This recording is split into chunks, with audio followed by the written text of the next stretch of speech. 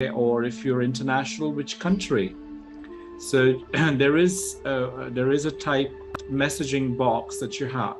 You can simply put in there from where you are and how are you feeling this evening. I believe everybody is on the journey to become a life coach or already a coach in their profession.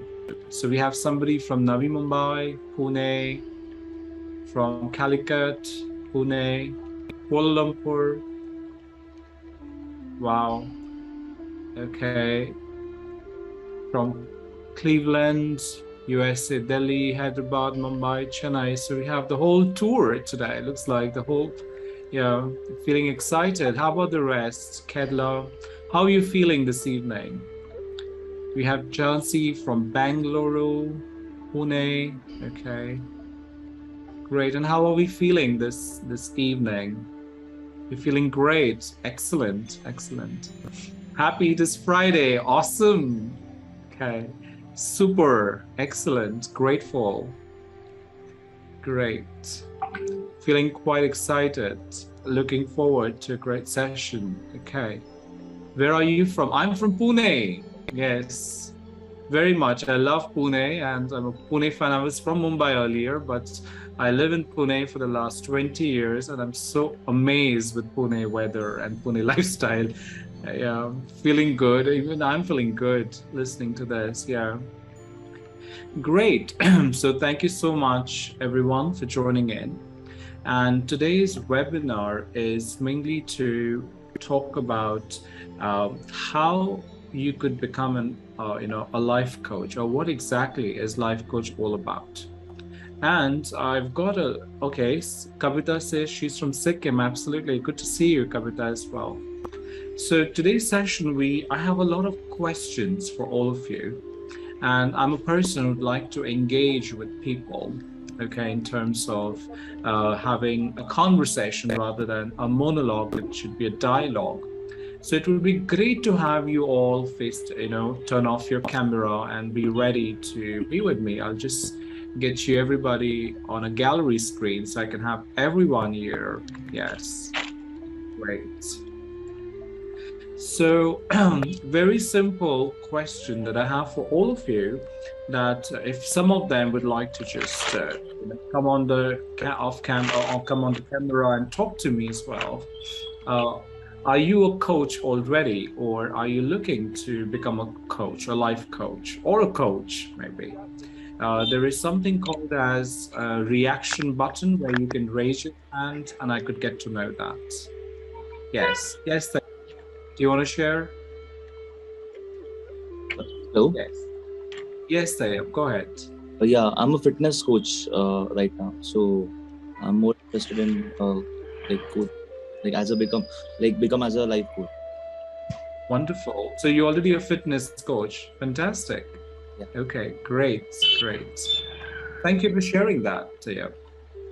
How about the rest? What you do? Are you already a coach, or are you getting into coaching? Anybody would like to share? Yes. Yes. It's Malika Parmar. Yes, Malika. Go ahead. Malika Parmar. Go ahead. Yes. So basically, I'm a yoga instructor, and Okay. I just finished my course there, and I come from a family of counselors. So yeah, eventually I want to get into that space. Wonderful, wonderful. Good to have people interested in space of mental health work and life coaching. It's a powerful space to be in. Yes, Sachin. Good to see you today. Yes.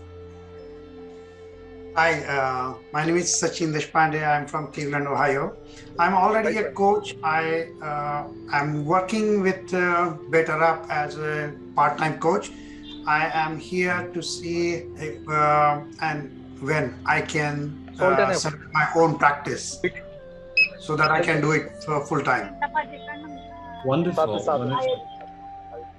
Yes, Vivek, go ahead. Yes, yes. Yeah, I'm not a coach, but I want to become a coach. What do you do? What do you work at? I'm into interior and constructions. You're into interior and constructions, you want to get into coaching. Wow, That's quite a good leap, isn't it? Yeah. Excellent. Excellent. Thanks for sharing that. Okay. Yes, Haripriya, go ahead. Hi there, am I audible? Yes, you're audible. Yes. Great. So I am Haripriya and I'm from Pune. And currently I am a corporate trainer and coach, more into Okay. behavioral training, communication, and all of that. But I've always been very intrigued towards humans and how they function and all of that. So I would really like to become an all-round life coach as well. So that's something that I Wow. want to do. Okay. Excellent. Thanks for sharing that, everybody, about Thank you. your journey about coaching. And my question that comes to everyone is it, are coaches born or coaches made? What do you believe in? Are coaches born or coaches made? You can type in if you want to. You can share if you want to. Whatever comes to you. Coaches are made. Okay, such as coaches are made. Okay. Okay. How many are made? Let's see. 3, 4. Okay. 5, 6. Okay. Wow. 7. Wow. And what I want to challenge you today, everyone here, if coaches, we say, and that's absolutely, remember one thing, there is no absolute reality. It is all varied perceptions. That means whatever you say or whatever I say is not in like considered to be black and white. It is another perception to explore in. Okay, so I leave that space open to explore as long as you're ready to do that.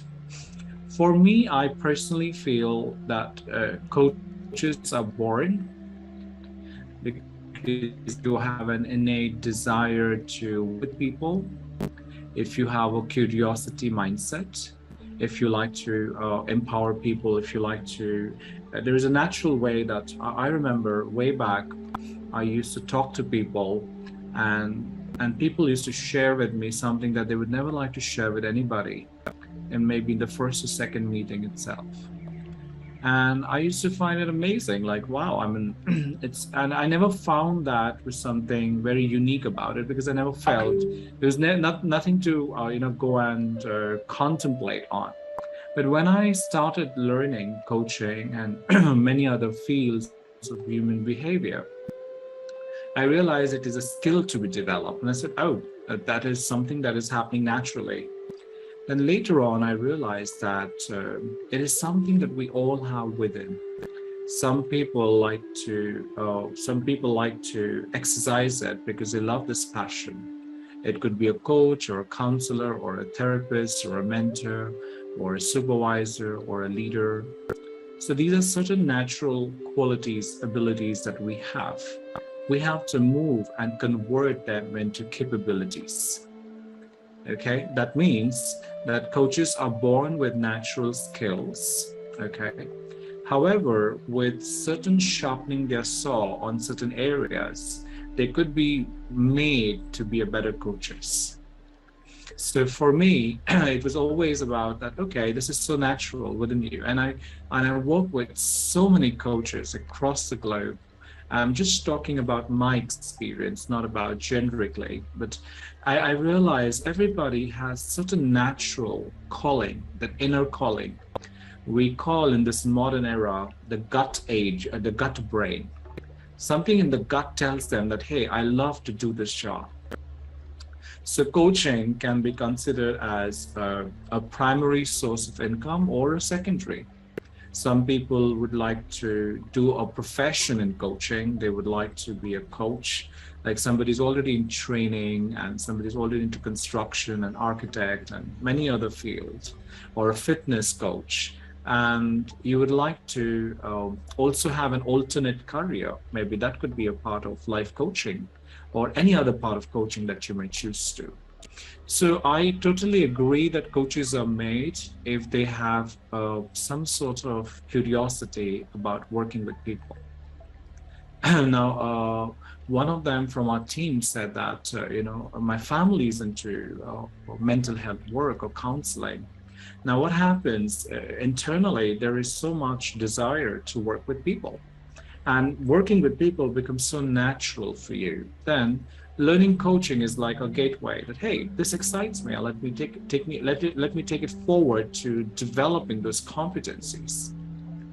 So my first question that I would like to bring it to all of you. It's just a small PPT I created. I don't like PPT, but I just thought probably why not just create this and just say, who is a coach is my first question. Okay. And believe you me, when you watch this, you'll find this is everything I have, Paras. Okay. And there's something so natural in me.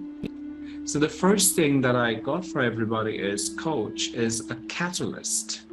Now, when I say a coach is a catalyst, that means a coach is somebody who is not somebody telling you what to do. A coach is not somebody telling you what you should do or not, but gets into a conversation that helps you to think better. Okay, just imagine that I'm paid for a job where I ask questions and my clients get clarity. And, you know, one of my friends told me, Purpose, that's a wonderful job. You know, people come with their problem, you ask them question, they feel better, and you're paid for just asking question. And I said, no, maybe that is the outside version of it, but role of a catalyst. That means you're there as a coach, but you're not there as like a guidance or something like that. You're just helping them to reframe or think better about certain things that they have about their life. So if you're looking to work as a coach or a life coach, one thing that you can understand that as coach is a catalyst. That means you are somebody who is empowering them without having your own existence of that, hey, I'm doing this for you. So in coaching, we do not guide people. That's one thing that you need to be aware. We are not here to guide people. We're not a power position that, hey, I'm here to tell you what you should do. And believe you me, nobody likes to, entertain people who are into that background. Like somebody told me in my private practice, client comes to me and they say that, why don't you do one thing, Paras? You're a wonderful coach. Why don't you just tell this particular colleague or my partner or my son or my daughter what they should do, and they will listen to you. And I said, for the last 25 years, if they have not listened to you, what makes you say that they're going to listen to me? But what I could ideally do is maybe I could have open dialogue with them. What is something that is bothering them? What is something they want to explore? What is something that is not helping them to grow? And that's where I think things have been very successful. So I call the word coaching is partnership. So one is catalyst, the second is partnership. You partner with your clients. So when you say partnership, it is on equality base. That means you and your client are together at one base.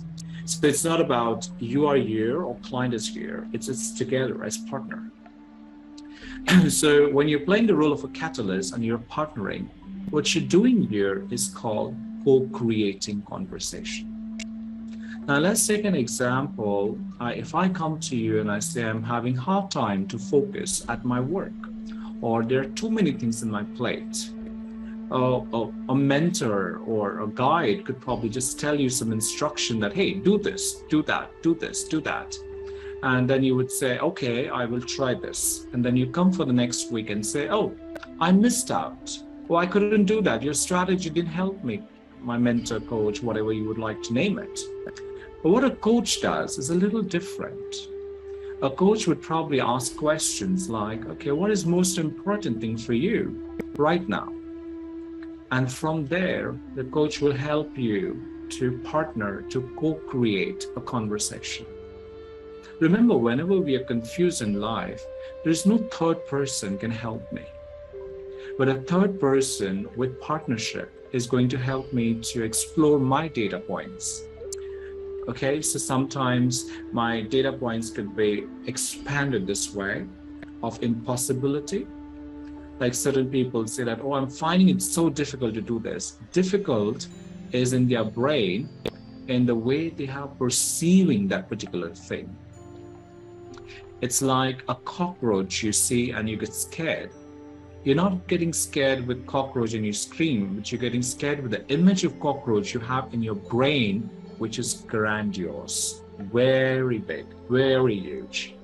In the same way, when we are stuck in certain things in our lives, we have certain grandiose image or very big image about that particular thing. And that's the reason it becomes quite difficult for us to do our jobs that we are supposed to. And that's the reason coaches help us to perform better. So they're catalysts, they are partners. They help us in co-creating a conversation or co-creating dialogue so that something that I don't know, you don't know, but we co-create. So I'm going to take a pause here. I'm going to ask you, do you have any burning questions coming or any learnings coming to you as a coach?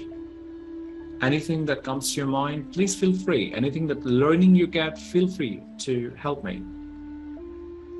Okay? So when you're quiet, I understand two things, that you are understanding, you're with me, or you are away from what I'm sharing with you. So as long as you're with me, I'm happy. As long as you're not with me, feel free to ask me questions. Also, a coach is somebody who empowers. Yes, who's that? Kanu. Yes, Kanu, go ahead. I wanted to know what is the difference between a life coach and an executive coach? Fantastic question. So let's take an example. A life coach, that's a question that I have for everybody, but any which ways that you've asked me now, let me just highlight that point. Yeah, unless you are covering part of your presentation, we'll wait for that. No, it's good. See, questions are always good. They just ignite, they just empower. So I like that question. I want to answer that question right now. And then again, we'll come back to go deeper. So first of all, let's understand that a life coach, executive coach, spiritual coach, relationship coach, grief coach, are these specializations or these genres? If you say specialization, then it will become a subject matter expert. But coaching is never a subject matter expert. So when we look at executive coaching or life coaching or spiritual coaching or relationship coaching, these are our genres. That means me as Paresh, I brand myself in the market. People should know me as a life coach. Okay. Now, for example, if you see my hair, they are black, but let's say if I put some, powder in that, so it becomes a little whitish, a little gray, pepper salt. And then I go to corporate and say, hey, I've been working as a senior manager till the age of 45. And it's my second inning to get into consulting. And I want to do some executive coaching for a very senior management in your organization. So I would do the same coaching skills, what I learned in coaching as in program, but apply for a genre or a brand or brand myself for doing corporate executive coaching. A spiritual coach could probably look at, or a mindfulness coach could probably look at helping people to get more clarity, similar like a life coach. Now, what you learn is coaching. But you would like to put your practice into a particular market segment. Now, I do life coaching, but there are a lot of corporates who ask my service. Now, I do that as an executive coaching. But I would never like to brand myself as a life/executive/mindfulness. No, it's only life coaching. So in executive coaching, you work with corporates, you work with competencies. In life coaching, you may work more than just competency. You may work a lot with that person because you have a lot of time, permission to go deeper. But in executive coaching, it is mainly for senior people or CAOs or CXOs or senior heads, Apex team, where people have less time, but they need a coach. The coaching was earlier introduced in USA, States, where it was a lot of alpha men in 80s. That means people were thinking from their head and not from their heart. So coaching actually brought a space of connecting their hearts to their heads. And that's where it became that emerged a lot about that coaching is required in the organization. Now in 2022-21, coaching has become not what we say, not a want, but a need. During the pandemic, a lot of people were looking at coaching as a sounding board. I need somebody to talk to. I need to make peace with and moving forward conversations. So mental health work and coaching was in full swing. And in the coming next 20 years, there would be a coach in every house. That kind of demand we have for coaches. So coming back to your question, executive coaching is primarily for corporates, or we're looking for C-suite coaching or senior management coaching. It could be a leadership coach as well, in that where you could be either an executive coach or a leadership coach. So have I answered that question for you? Yeah, yes, thanks. everybody. Yes. Was it question answered to you? Yes, thank you for the answer. Thank you. And yeah, so anybody else has any question before I could proceed further? Hi Paras, Ankur this side. Hi Ankur, tell me.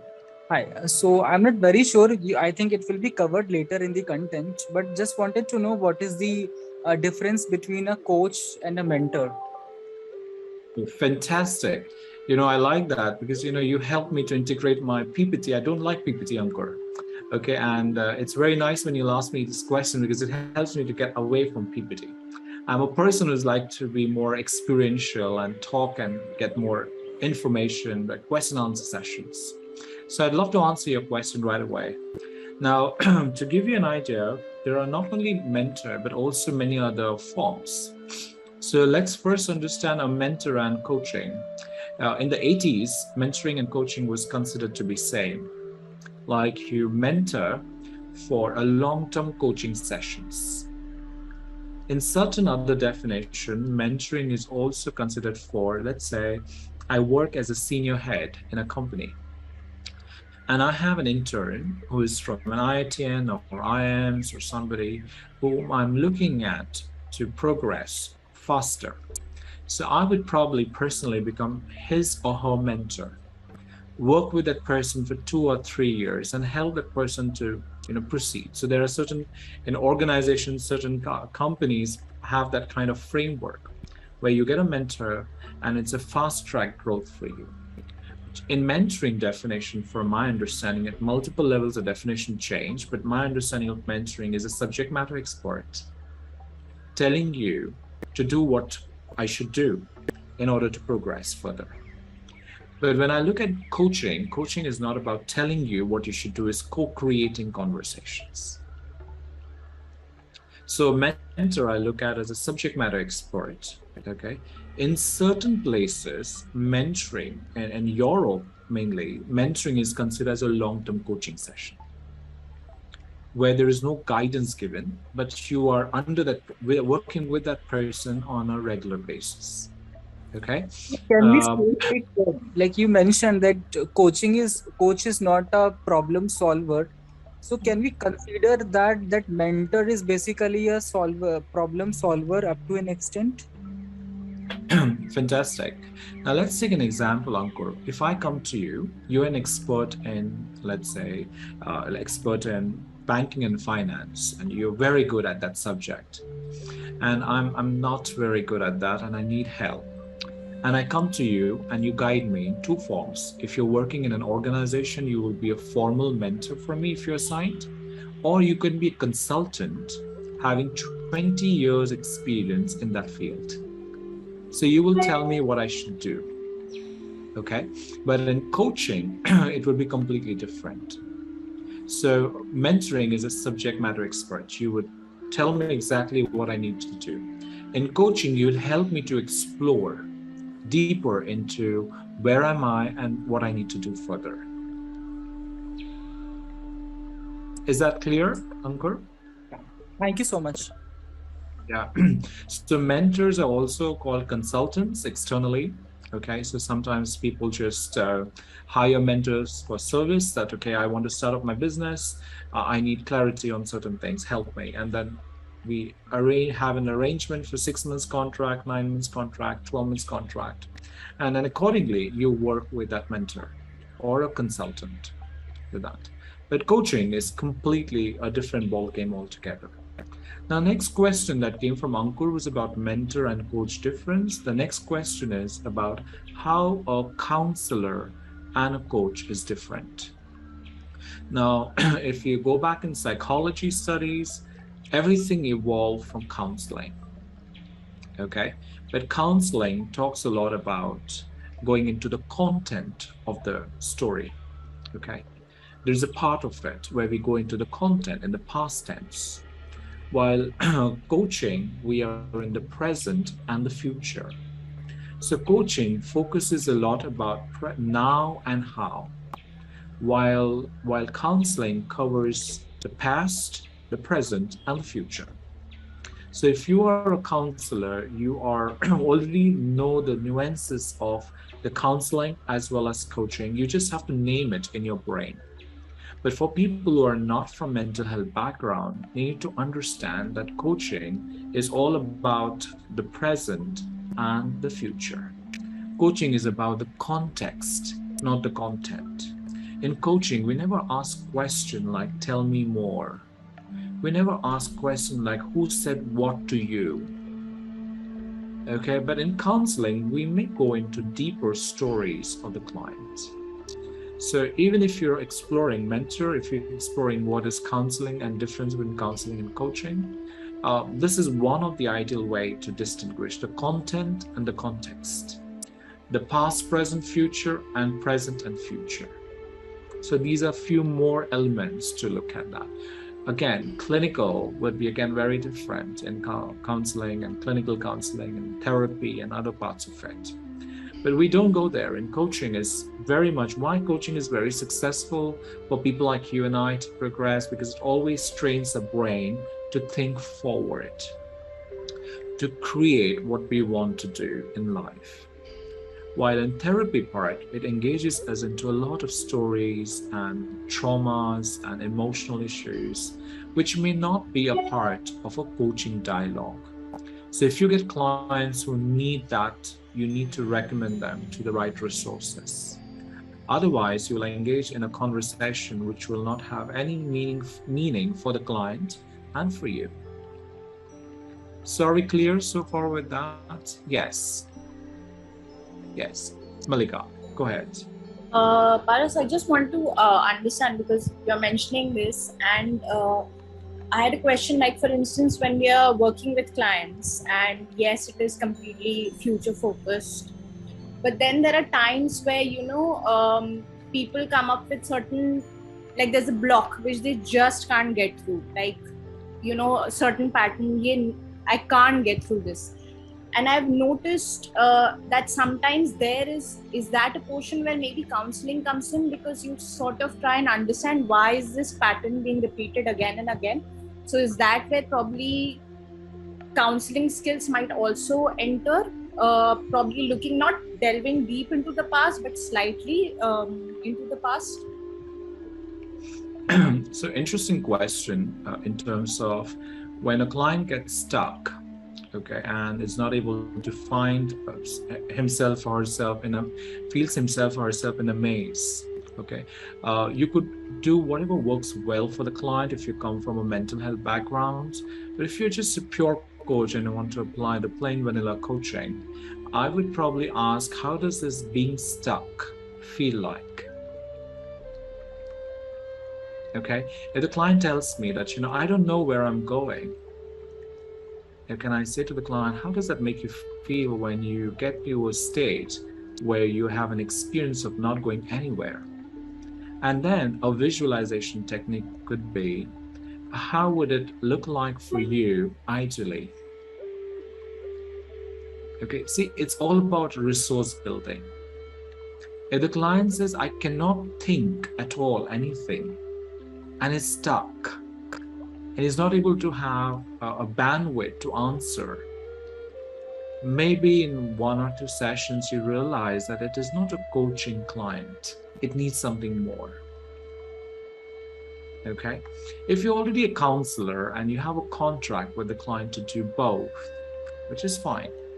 As a coach, if the client says to me, like, let's take an example of the client comes to me and says that, I tried it 3 times and all the time I try, it never happens. I'm unable to do it. The other person could probably say, hey, looks like you tried this way, why don't you go this way? But as a coach, I would like to ask, what pattern is emerging for you when you're saying that this is a 3rd time or the 10th time? What are you observing about yourself here? And the client's answer is very different than what the client could probably give me earlier.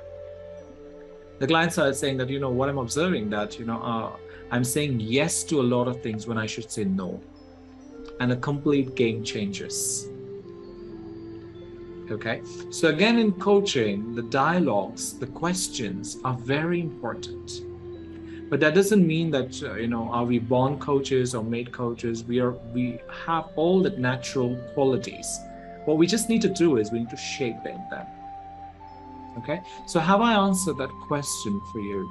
Yes, thank you. So there could be many ways to climb Mount Everest: counseling, therapy, hypnosis, coaching, NLP, mindfulness. You could do various interventions with the client, depending upon your specialization. If you have that skills, use it.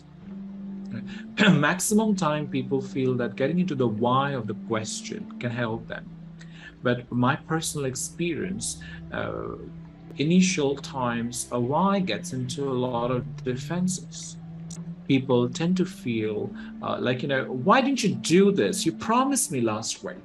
Oh, what can I do, Paris? There was so much of traffic every day. I just couldn't come on time. But if I ask the client that, you promised it 3 times, and it's the 3rd time, I'm just wondering, what's motivating you to not do that? And the client says, yeah, I'm realizing that myself too. And then the answer is not a defense, but to be with that space and understand what's going on. Because you want freedom, I want to be a catalyst in getting you that freedom.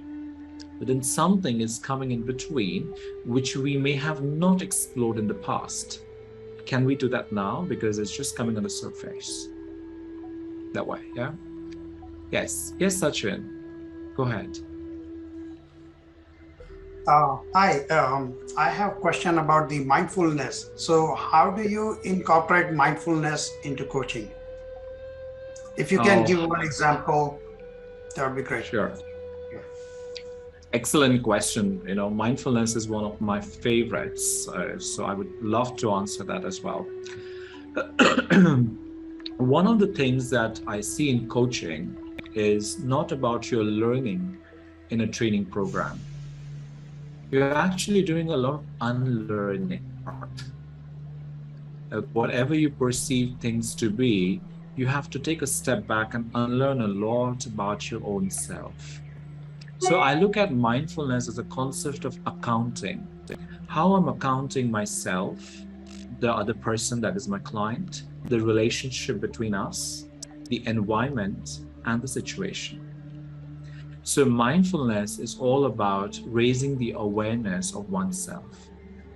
As a coach, am I an expert? And the answer is no. How can mindfulness help me to be aware all the time that do not operate, whether you have a 10 years or a 12 years of decade of experience in coaching, that doesn't make sense. Because mindfulness helps you to ground yourself, that it is not a subject matter expert role. It is about how you play the role of a catalyst, how you help the client to empower, how you help the client to find resourceful spaces or spots for them. So one of the mindset of coaching that gets created is that you're not an expert, but you're a co-creator.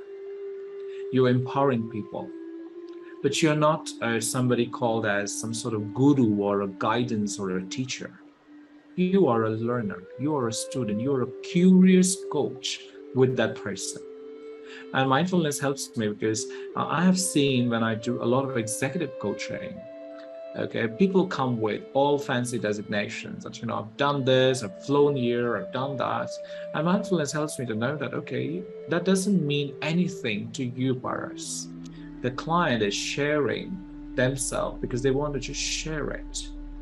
Otherwise, we can get impacted in a concept of transferences where we just feel that, oh, am I good enough to coach this person? So mindfulness helps you to account now, see the relationship. You're a coach, the client, that's a business. So for me, I think mindfulness is becoming aware consciously about yourself and the environment around you. And whatever is happening around, can you account for all of that things? So that's something that resonates very powerfully on mindfulness. Any other questions? Sachin, have I answered that question? Yes, very well said. Thank you so much. I appreciate it. Great, thank you so much, Sachin. And I'm just wondering now to all of you, how are we so far? What is one key learning have you got for yourself as a coach? Just put that in the chat box. Or if somebody would like to just share as well, what is one thing so far, or two things, or three things that you got for yourself so far? We've just done almost 40 minutes, I believe. So just wondering with everybody. Time is just flying, didn't realize it. The rest of them as well, we've been all of them, some of them in the quiet. So just wondering that, how are we so far? What is one learning you're having from this, or two learnings, or three learnings?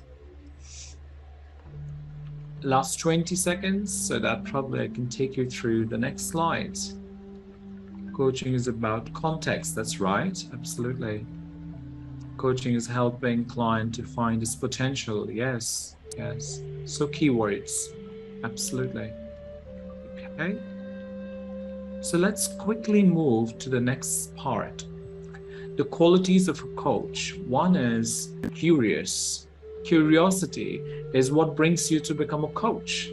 The more and more curious you are that, hey, I want to learn more about my client. And that's the reason you're going to ask the client a lot of questions. Some questions client may say okay with, and some questions may not relate to the client, which is fine too. The other part is non-judgmental. Okay, I think one of the most important thing as a coach that you need to realize that how can you operate from being an observant and being a non-judgmental person? And that's something which it's an ongoing journey, I believe so, because the quality of a coach is the more and more you're non-judgmental, the more and more you become mindfully aware about what's happening in the moment with the client. The moment you become judgmental, you are out of that coaching space and you are in your own la la land. So this is one quality which we need to learn consciously. The next thing that quality is compassionate. How compassionate you are as a person. Do you like to be a sounding board to your clients? How do you listen to your clients? So these are all certain qualities we have, but maybe we need to do a little bit more learnings and observant. The next part that I would like to take you through is, what do coaches do? Coaches reflect. Coaches identify your potential spots, reframe, move from confusion to clarity, and from thinking to actions. So one of the important part that I would like to bring you to all of you, what coaches do in a coaching session is called reframing. And that's one of the most powerful word in coaching.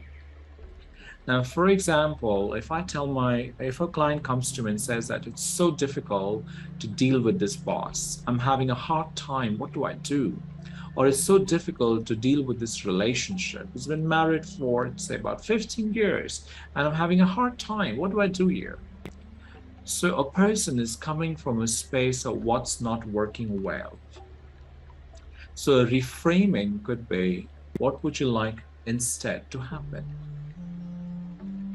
The moment I say, I don't want to deal with this difficult, truculent boss, you're operating from a space in your brain which is not helping you to grow.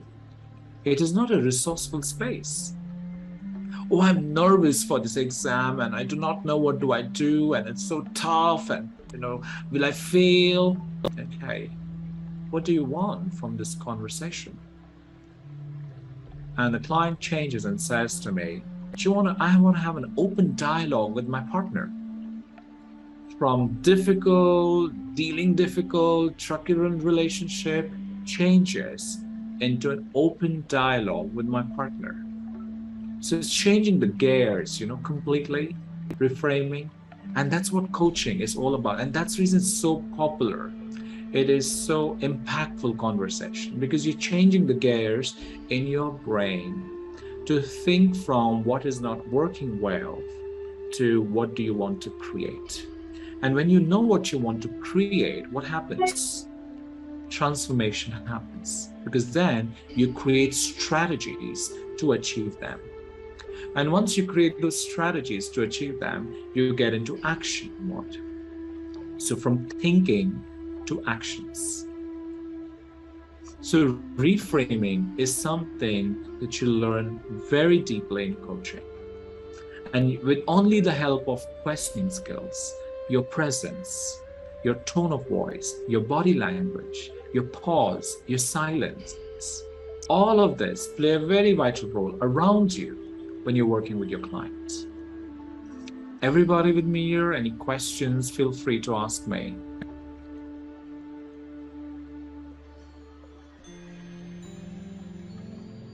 Yes. Who is that? Yes, Yes, sir. Your suggestion or advice which you're saying about your voice modulation and the silence, the periodic silence in between, they all matter a lot, I know. But one thing which I always feel is that questioning, only questioning and questioning and questioning. How is that so significant in coaching? That is like a kind of mesmerizing thing for me. Yeah, very interesting, and that's the reason I told you at the start of the conversation. That my friends joked around that people come to you, you ask them questions, and then they pay you for only asking questions. And I say, yeah, that looks from the outside part, but what kind of questions you ask them, what kind of space that you hold for the client. Because when we look at the word questioning, it's a very, on the top level that you look at just questioning. There is something called as a context questioning, going deeper, moving forward, questioning about self, questioning about values, questioning about beliefs. So the items involved in the questioning play a very vital role. So, but you see, values and beliefs, I'm sorry to interrupt. Values and beliefs, they actually pertain to the past.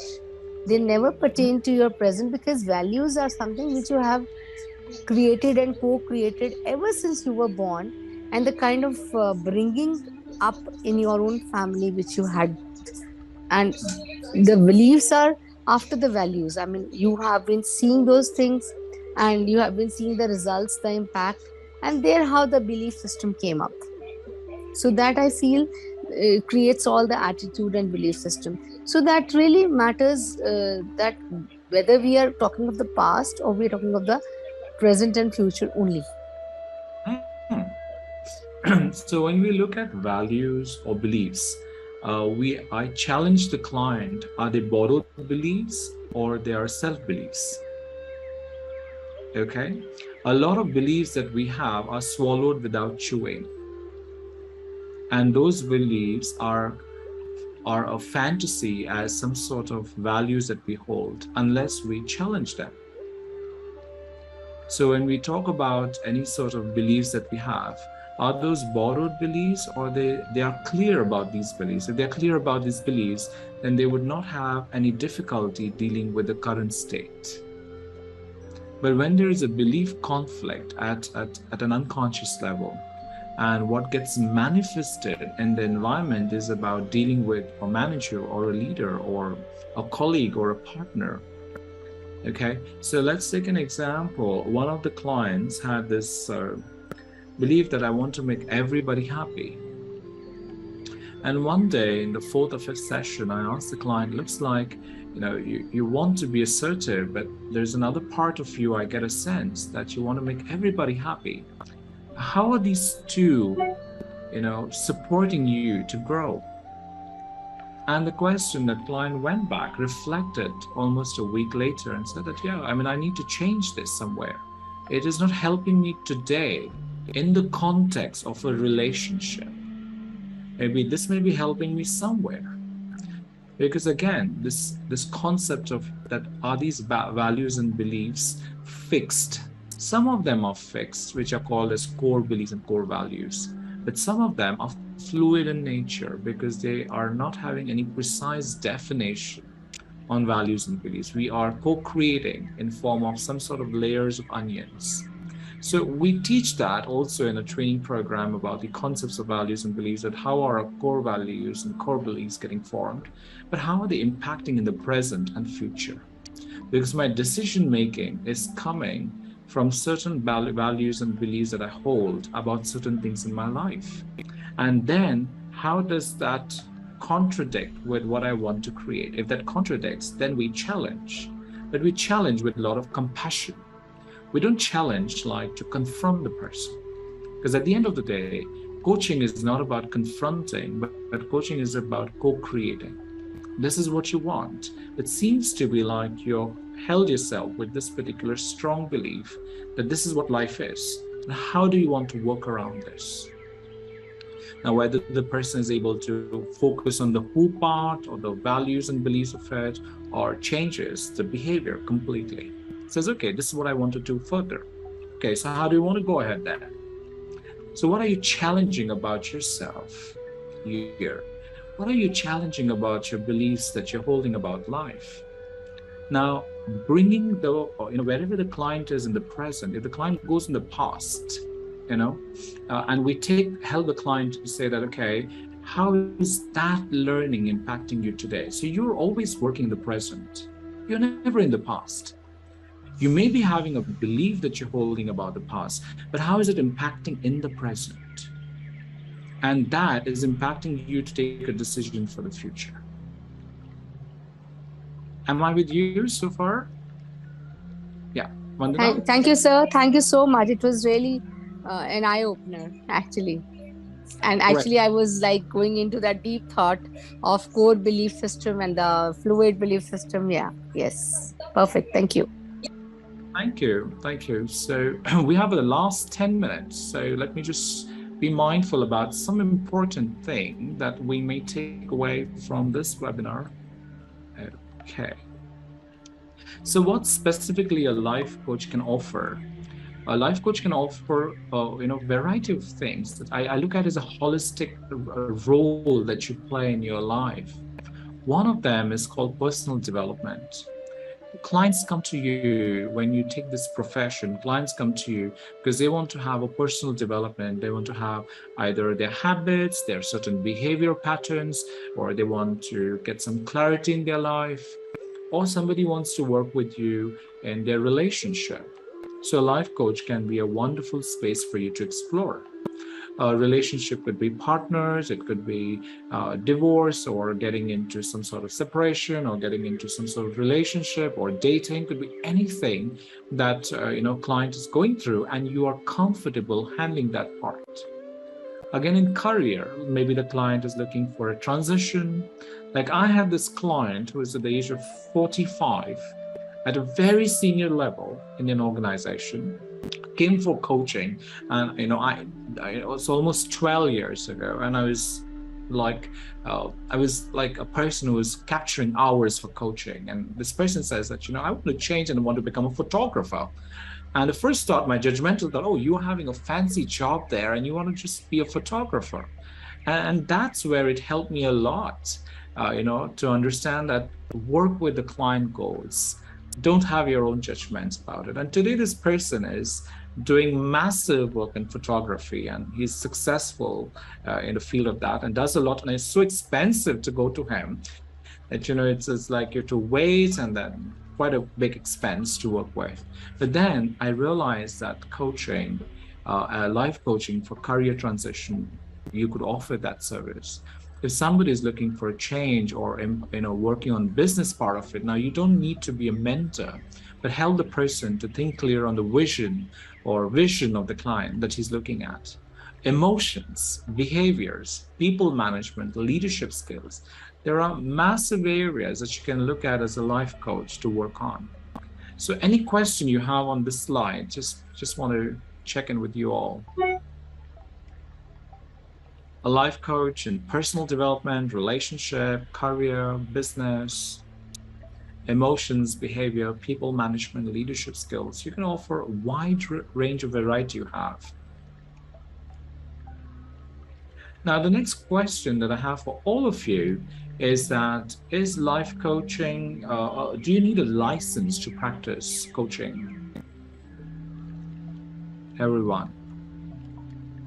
Do you need a license to practice coaching? And the answer is no. That means it is not a regulated body that you cannot practice, so anybody and everybody. But if you are a clinical counselor, do you require a license? Yes. That means if you're thinking about becoming a life coach, you just need a will and skill. Okay? And if you have that will, the curiosity, we can work on your skills.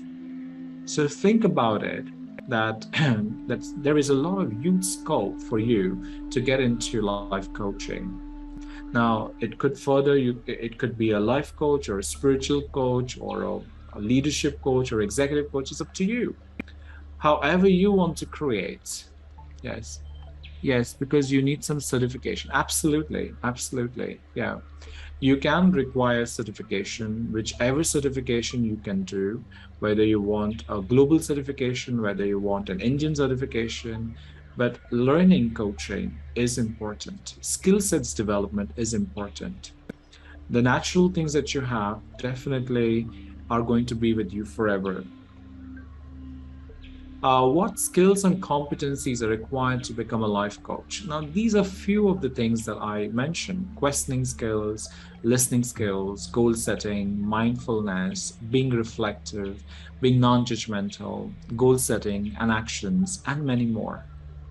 So remember one thing: life coach, business coach, spiritual coach, these are not specialized programs.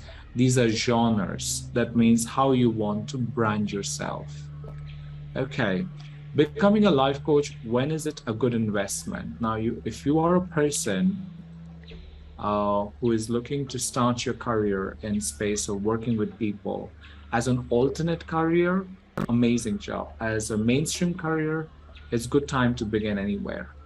So life coaching is one of the most demanding thing in the coming years.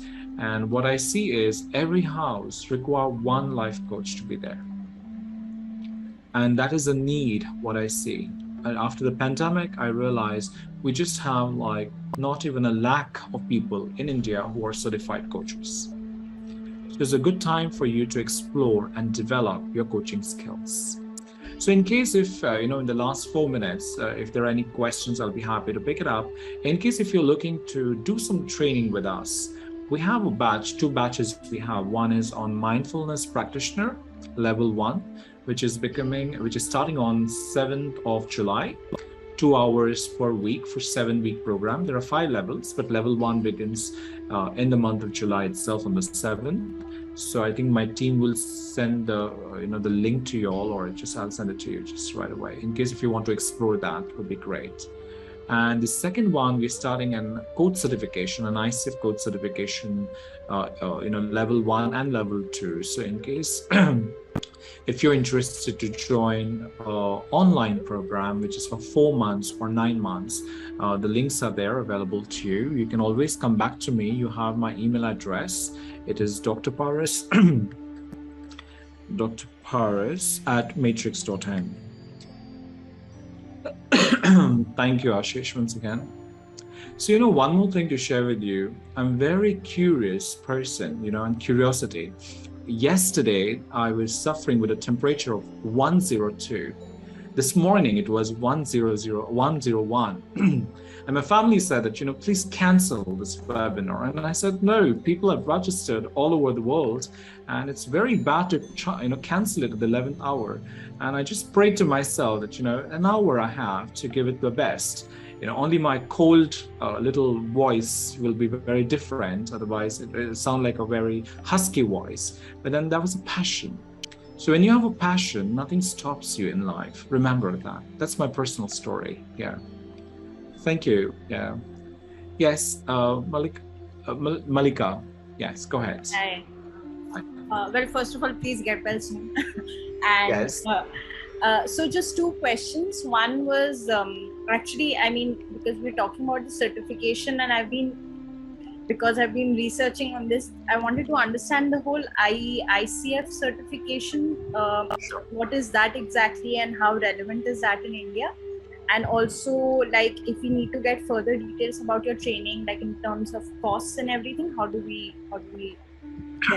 So we can connect tomorrow on the same. Okay, there are two programs that you can look at. One is level 1, level 2 of ICF coach certification, or else a mindfulness practitioner certification, which is also ICF CCU hours. So there are two options to explore in. So we can connect tomorrow or maybe on Sunday. I can share with you all the information on an email, and then I could take you through the process of how it works. Maybe that would help you. It's a 4 months program and a 9 months program, 2 hours each week, every week. Yeah. But I'll tell you more in details about the program as well. Yeah. Any other question you'll have for me? So how are we feeling this evening? Let's have a quick experience with that. How are we feeling this evening?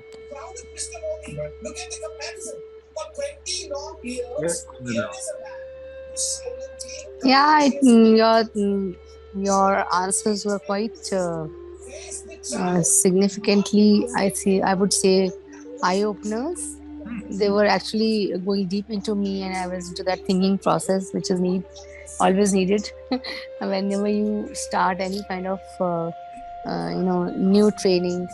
And for personal development, I think this is a very good platform. And you're right that any passion always encourages you for doing some things which remain like a lifetime memory. I would like to tell you in one line that I was in second year when I got this fever, 104, and I had practiced for a solo dance performance in my college, which was to be held the next day. For all that 1 month, I had practiced for that solo dance performance for a charitable event. There were floods in that month in Ludhiana, and I was told by everyone, including the doctor, that you should not go for your dance tomorrow because it was a very high fever, 104. I was actually on the bed with everyone around, like putting all those cold patties on my head. I took, I don't know how much antibiotic at night, and in the morning when I was to be performing, I just asked my neighbor auntie to dress me up because my mom was very angry that why she's going, why in this. But then she said, okay, fine, you want to go, you take this. She gave me 2 tablets.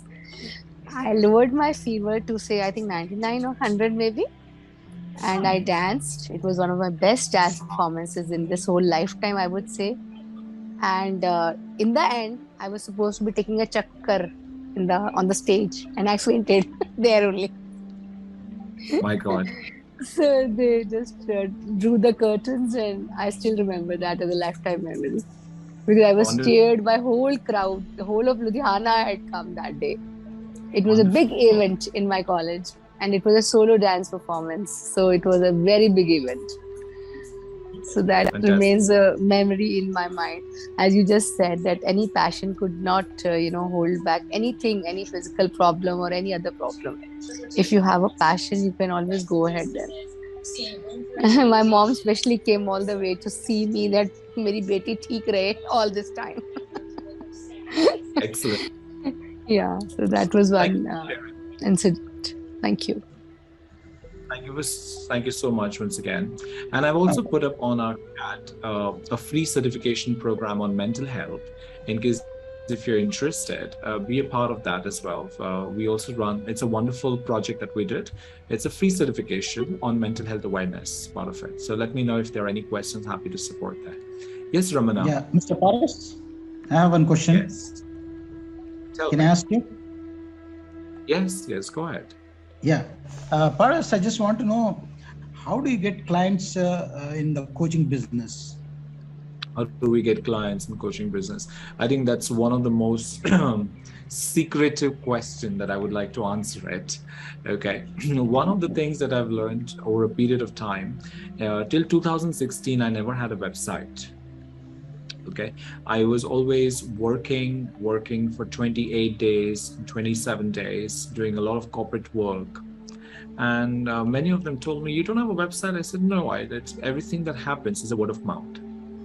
And then somebody suggested me that, you've trained around, 1.5 lakh people. Now, why don't you, by this time you could have had a website and things, you would have just got expanded more to 10, 15 lakhs people. I said, okay, let's have this website thing. But what I realized at the time I was working with a lot of people, it was all about networking business. So one thing, Ramana, is that in order to create clients, we need to have patience and a good amount of networking work to be done. Now, if I tell everybody that, hey, I'm a coach and come and work with me, no, I have to go to different places, okay, different networking zones, and invite people or think, share with them that this is the work what I do. And then when people start coming to you, they start referring you. Oh, you should go to that boy, Paras. He's an amazing coach. He works very well. And then you put up a price to it. Now it wasn't free for you or very little for you, but now I've 1 year has crossed or 6 months have crossed. Now I have a charge to it. And if people like your service, they pay for it.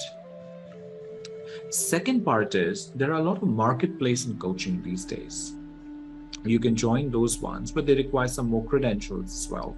So if you have those credentials or you learn those credentials, you can be a part of the marketplace. Personally, if you ask me, a lot of branding. If you're investing in learning, spend little money or keep little money aside for branding. People should know you. People will not come to you directly unless they understand the flavor of you. Now, I've been in coaching and training for almost 17 years in my life, but I still feel that I have not reached enough yet. So I have to keep working on that. Okay, so we are running running ahead of time. It's almost 8:35. So Ramana, I have answered very little, but there could be many more ways to look at. But the very simple answer is networking. The more and more we network. So any other question you have before we could close today's call? It was all lovely meeting you, everybody out here. Thank you so much for coming.